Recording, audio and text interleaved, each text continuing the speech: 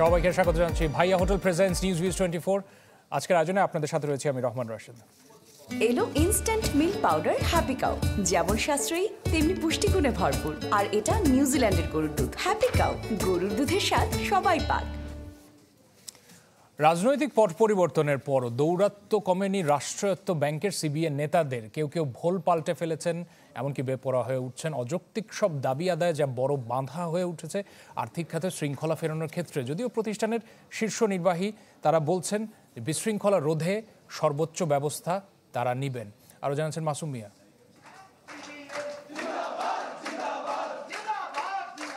মুহুর্মুহুর স্লোগানে বোঝা ভার, এটি বাণিজ্যিক ব্যাংকের চিত্র নাকি রাজনৈতিক কোনো দলের কর্মসূচি?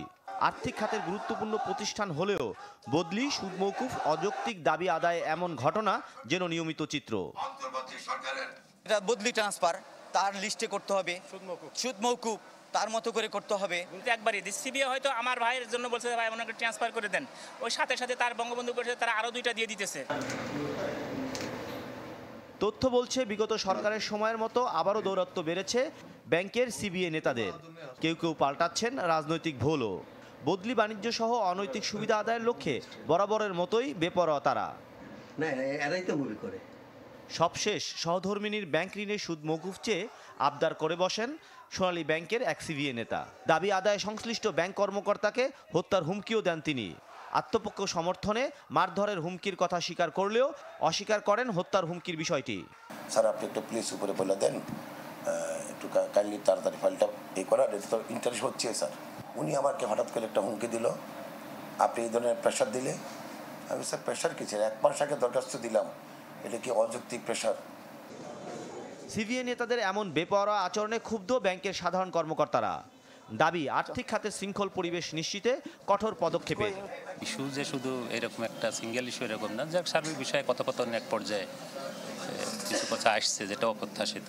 যেহেতু আমি ঊর্ধ্বতন কর্তৃপক্ষের বিষয়টা জানিয়েছি, সেক্ষেত্রে আর আমি ব্যক্তিগতভাবে আইনগত দেখি আমি অপেক্ষা করছি যে কর্তৃপক্ষ কী ব্যবস্থা নেন।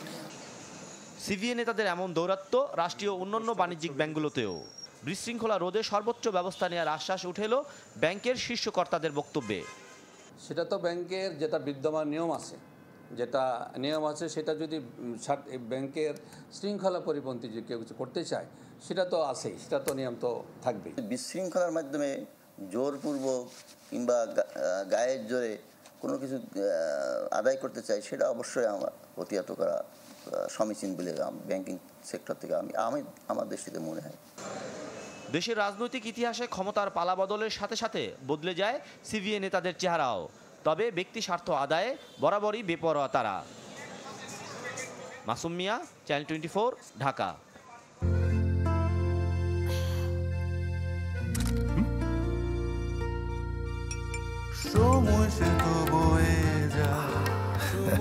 এভাবেই সময় পাল্টে যায়, কিন্তু ডিপ্লোমা সেই একই স্বাদে, একই মানে যুগ যুগ ধরে রয়ে যায়।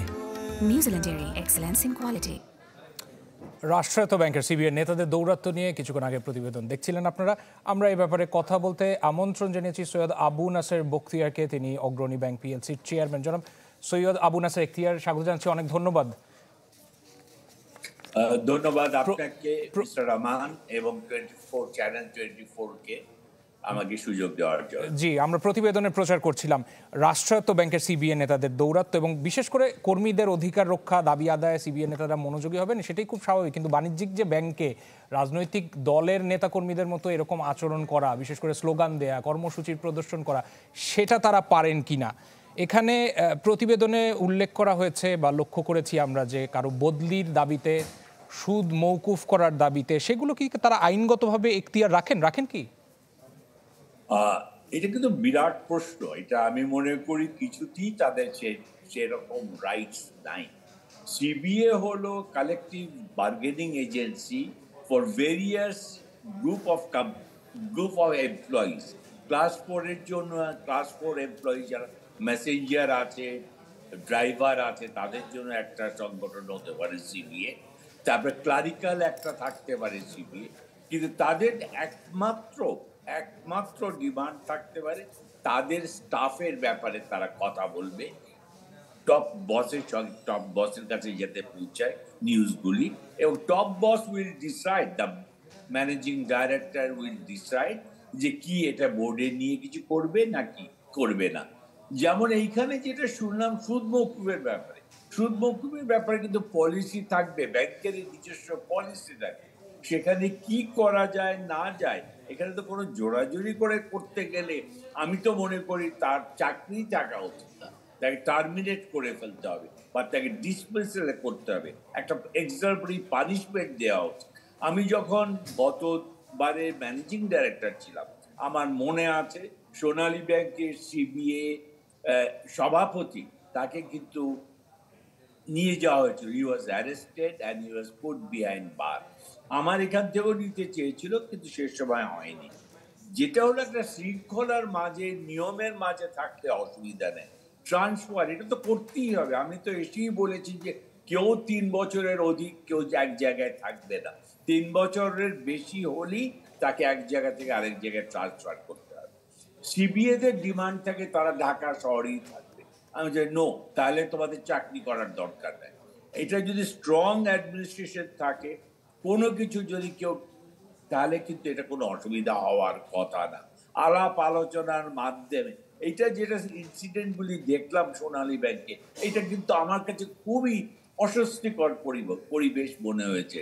এটা কোনো মতে সহ্য করা উচিত হবে না। জনাব আবু নাসের বখতিয়ার, আপনি বলছিলেন যে স্ট্রং অ্যাডমিনিস্ট্রেশনের কথা, তাহলে এখানে তো বলা হয়েছে যে নানা সময় ঘটনায় ব্যাংকের ঊর্ধ্বতন কর্তৃপক্ষের কাছে এই অভিযোগগুলো যায়, তো সেই ক্ষেত্রে কি আপনি বলছেন যে ঊর্ধ্বতন কর্তৃপক্ষ সেখানে সঠিকভাবে এই আইনের বা যে নীতিমালা রয়েছে সেটা প্রয়োগে ব্যর্থ হচ্ছে বা কোনোভাবে চাপ প্রয়োগে তারা আসলে নত হচ্ছেন বা হতে বাধ্য হচ্ছেন? রহমান, আমি যেটা বলবো, এখানে সিবিএরা যেটা শুনলাম, যেটা টেলিভিশনে দেখলাম, এখানে কিন্তু সিবিএ ডিমান্ডটা আমার মনে হচ্ছে অস্বাভাবিক। এরকম ডিমান্ড হতে পারে না যে আমি সুদ মওকুফ করতে হবে, আমি ট্রান্সফার হব না, এটা কিন্তু হতে পারে না। এটা তো ব্যাংকের নিয়ম আছে, যেখানে যতটুকু করার।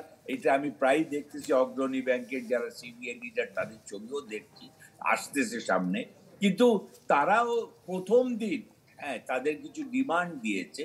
তারা যারা প্রমোশন পায়নি, 15 বছরের মতন তারা বলছে প্রমোশন দেওয়া হয়নি গত 15 বছরে, বিকজ তাদের কোনো রকম কোনো পলিটিক্যাল ভিক্টিমাইজ হয়ে গেছে তারা, সেই জন্য আমরা বলেছি নিশ্চয়ই দেখবো, দেখে নিয়ম নীতির মাঝে আমরা সেগুলি করব। কিন্তু এগুলি তো আমাদের টাইম দিতে হবে। আমরা তো হঠাৎ ওভারনাইট এসে সব কিছু করে ফেলবো না। আর এই ধরনের স্টুড যারা আছে, আমার ব্যাংকে আমি বলতে পারি ফিগার আছে প্রায় 2500 লোকে, প্রমোশন আনি 1500, আর টেম্পোরারি আছে যারা বলছে যে পারমানেন্ট করতে হবে। এগুলি তো টাইম লাগে, এগুলি তো নিশ্চয়ই। কিন্তু এভাবে আশ্বস্ত করার পরও যখন কেউ বা কোনো সংগঠন থেকে নেতাকর্মীরা শৃঙ্খলা ভঙ্গ করছেন বা অভিযোগ পাওয়া যাচ্ছে, সে ব্যাপারে কোনো ব্যবস্থা নেয়ার ইতিহাস রয়েছে কিনা, নেন কিনা? এটাও খুব সুন্দর প্রশ্ন। নিশ্চয়ই সবচেয়ে এক্সাম্পলারি পানিশমেন্টের ব্যবস্থা করতে হবে। এটা বারে বারে মেসেজ দিতে হবে। কেউ যদি অস্থিরতা বিরাজ করতে চায়, কেউ যদি অশৃঙ্খল অবস্থা নিয়ে যেতে চায়, তাহলে তার বিরুদ্ধে নিশ্চয়ই স্ট্রংগেস্ট অ্যাকশন নেওয়া উচিত as per staff regulation, as per law of the land. এইটা কিন্তু আমি বারে বারে বলবো, এটা কোনো অসুবিধা নেই। এবং সেখানে আমাদের কাজই হলো এখন এই সংস্কারগুলি করা। এখানে অশৃঙ্খলতা করার কিন্তু আমাদের কাজ না। আমরা 4টা ব্যাংকে 4 জন চেয়ারম্যান নিয়োগ প্রাপ্ত হয়েছে, 4 জন ম্যানেজিং ডাইরেক্টর নিয়োগ প্রাপ্ত হয়েছে। তারা কিন্তু কঠোর হস্তে এগুলিকে দমন করতে, এটা আমি বিশ্বাস করি। জি জনাব বখতিয়ার, অনেক ধন্যবাদ আমাদেরকে সময় দেওয়ার জন্য। Thank you. Syed Abu Naser Bakhtiar, chairman Agrani bank PLC, আমাদের সাথে সরাসরি যুক্ত হয়েছিলেন কথা বলতে। আপনারা দেখছেন ভাইয়া হোটেল প্রেজেন্টস নিউজ 24। একটা বিরতি সময় হলো, আমাদের সাথেই থাকুন।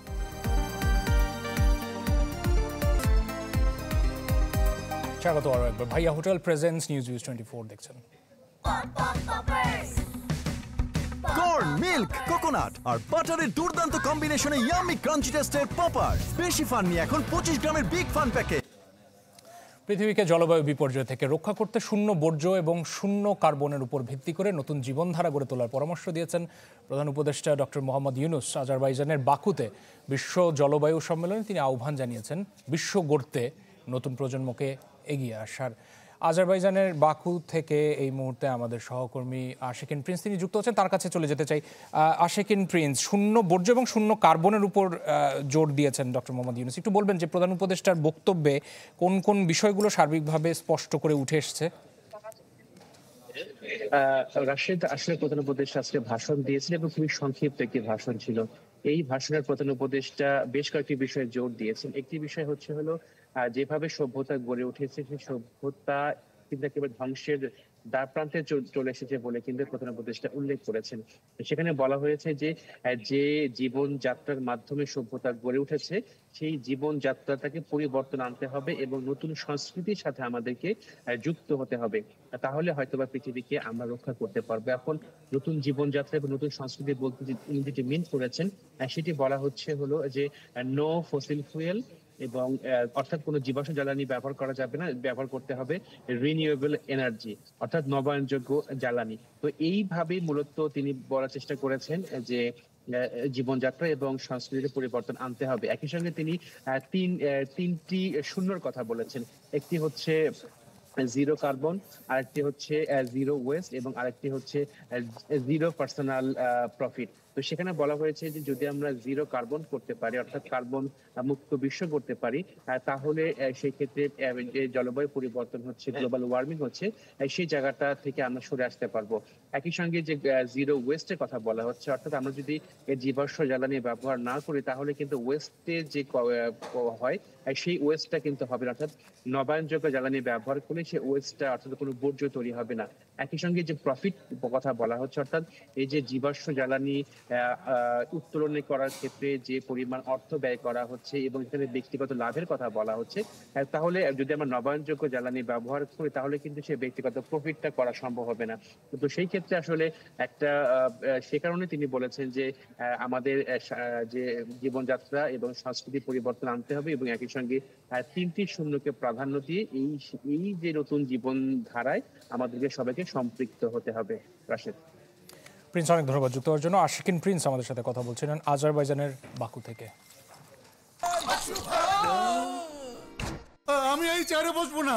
বাচ্চু ভাই, এই চেয়ারকে ভয় পেও না। ডেন্টিস্টের পরামর্শে নাও নতুন কোলগেট অ্যাক্টিভ সোল, যা দাঁতের সমস্যা শুরু হওয়া মাত্রই থামিয়ে দেয়। না থাকবে ব্যথা, না থাকবে ভয়।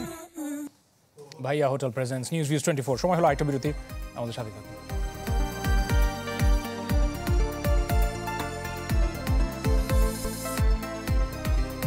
স্বাগত আরো একবার। ভাইয়া হোটেল প্রেজেন্টস নিউজ ভিউজ 24 দেখছেন। গাড়িটা আমার প্রেজেন্ট, আমার ফিউচার, আমার হ্যাপি লাইফ। আইডিএলসি আমার ফাইন্যান্সিয়াল পার্টনার বলেই কার লোন আমার কাছে লাইফ ইনভেস্টমেন্ট।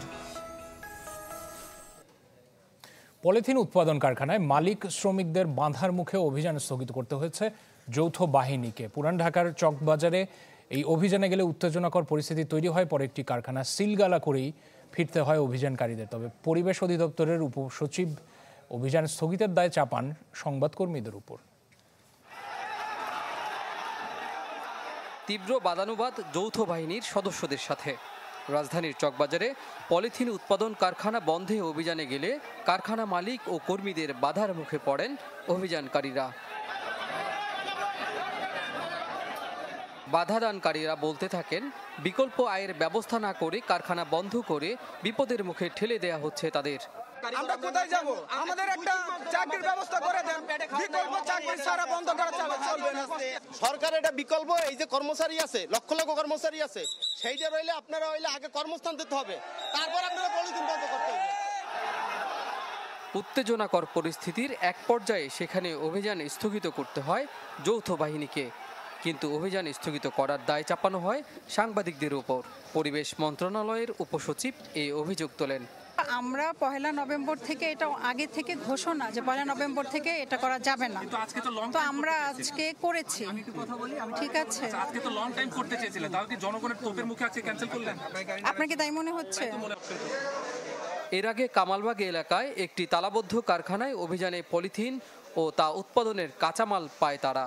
সেসব জব্দের পর সিলগালা করা হয় কারখানাটি। কাজী ফয়সাল, চ্যানেল 24, ঢাকা। এই ছিল ভাইয়া হোটেল প্রেজেন্টস নিউজ 24 আজকের আয়োজনে। সবাইকে ধন্যবাদ সাথে থাকার জন্য।